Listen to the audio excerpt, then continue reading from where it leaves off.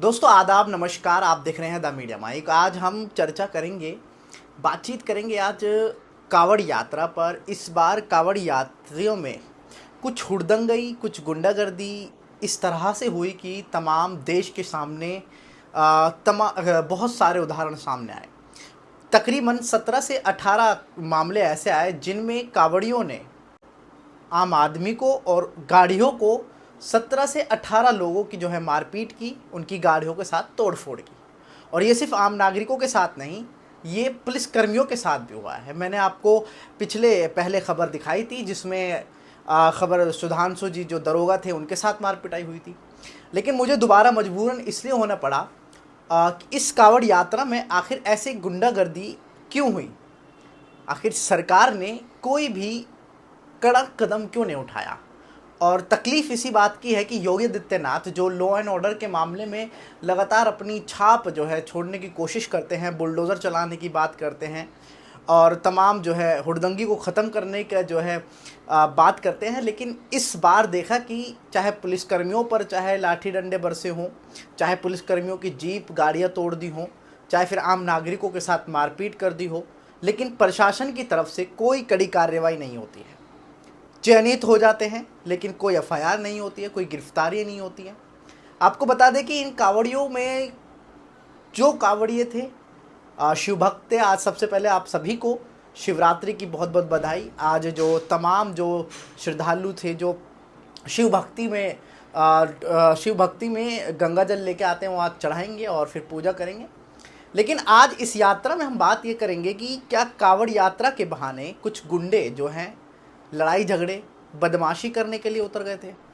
क्या आतंक मचाने के लिए ही आए थे? क्या ये सोची समझी रंजिश थी? कुछ कहानियों के आपके सामने पेश करता हूँ और ये कहानी है फतेहाबाद की।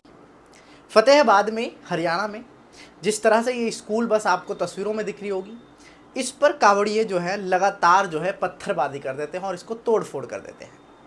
अब सोचिए अगर इस बस में स्कूल के बच्चे बैठे होते तो क्या ये कावड़िए बस पर पत्थर नहीं फेंकते? आप खुद सोचिए। और इनका आरोप यह है कि बस ने जो है कावड़ की टक्कर मार दी थी और उससे क्या है कि कावड़ जो है खंडित हो गई थी। इसके चलते जो है बस पर आतंक मचाना शुरू कर देते हैं और लगातार जो है पत्थर फेंकते हैं, पत्थर तोड़ते हैं। आप तस्वीरों में देख रहे होंगे, ये फतेहाबाद के हरियाणा की तस्वीरें हैं। और सोचिए अगर इसमें कोई स्टूडेंट्स बैठे होते, स्कूल के बच्चे बैठे होते, तो क्या ये कावड़िए रुक जाते? आप इस पर ज़रूर एक बारी सोचिएगा। अब दूसरी तस्वीर ये सामने आती है। दूसरी तस्वीर ये है उत्तर प्रदेश के हापुड़ की। आप देख रहे होंगे यहाँ पर एक मदरसा है। मदरसे के सामने कुछ लोग दिख रहे हैं, कावड़िए जो हुड़दंगई हैं। और ये हुड़दंगई देखो किस तरह से जो है मेन दरवाजे पर जो है लठ डंडे मार रहे हैं, गाली गलौज कर रहे हैं। मैं आवाज़ नहीं सुना रहा हूँ। और ये आरोप लगाते हैं कि यहाँ पर मदरसे से ऊपर से कावड़ पर थूका गया और कावड़ खंडित हो गई। लेकिन अब एक सवाल ये है कि तस्वीरों में आप देख रहे होंगे, पहली बात छत नहीं दिख रही है, दरवाज़ा है और उसके अलावा फिर थोड़ी गैलरी है।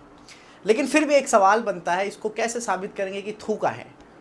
और सोचिए उस उत्तर प्रदेश में जहाँ बुलडोज़र बाबा लगातार जो है बुलडोज़र से सारी ज़मीनें जो है इमारत की इमारतें ज़मींदोज़ कर देते हैं। और आखिर ऐसे उसमें कावड़ यात्रा पर जिसके लिए प्रशासन बिल्कुल सतर्क है, बिल्कुल साफ कड़े आदेश दे रखे हों, बच्चों में इतनी हिम्मत, वहाँ के लोगों में, मदरसे के आदमी जो वहाँ पर हैं उन सब में क्या इतनी हिम्मत है कि वो कावड़ पर थूक देंगे? ये मेरा सवाल है, आप इस पर ज़रा सोचिए।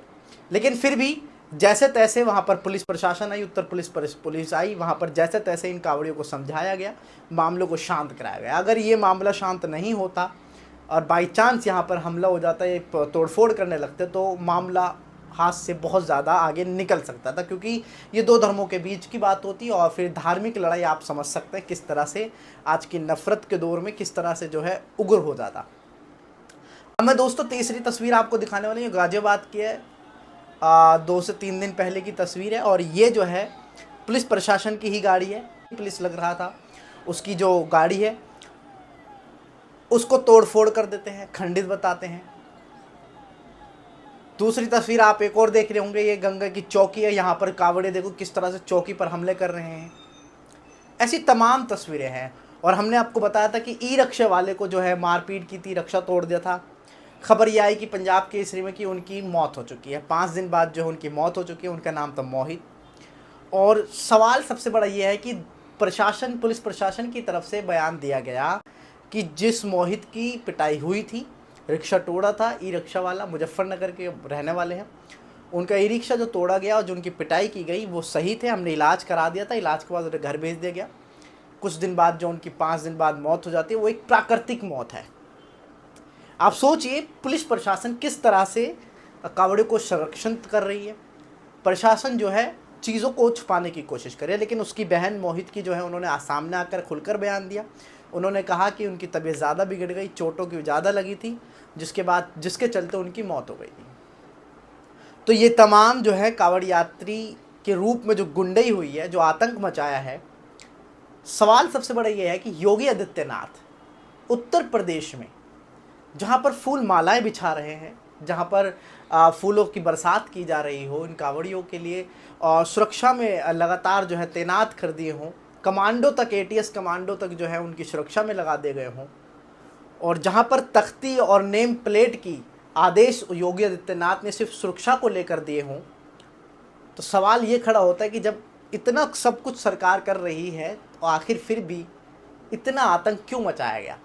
कावड़ियों के रूप में ये गुंडे कहाँ से घुसे, कावड़ियों के रूप में इतनी नफरत क्यों फैली, और प्रशासन ने इन पर एक भी कार्रवाई क्यों नहीं की, गिरफ्तारियां क्यों नहीं हुई।